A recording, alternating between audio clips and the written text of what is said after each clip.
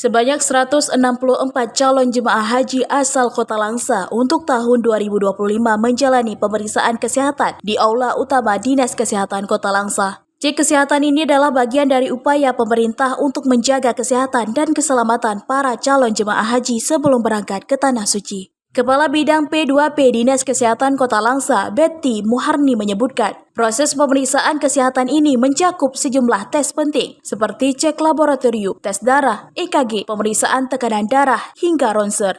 Selain itu, juga dilakukan serangkaian tes kesehatan lainnya untuk memastikan setiap calon jemaah dalam kondisi yang baik dan siap melaksanakan ibadah haji. Untuk hari ini, kita mulai dari pemeriksaan laboratorium, kemudian kita lanjutkan dengan pemeriksaan EKG, dilanjutkan dengan pemeriksaan ronsen. Sebelumnya juga kita melakukan pemeriksaan tekanan darah sebelum di pasiennya itu melakukan pemeriksaan yang lainnya.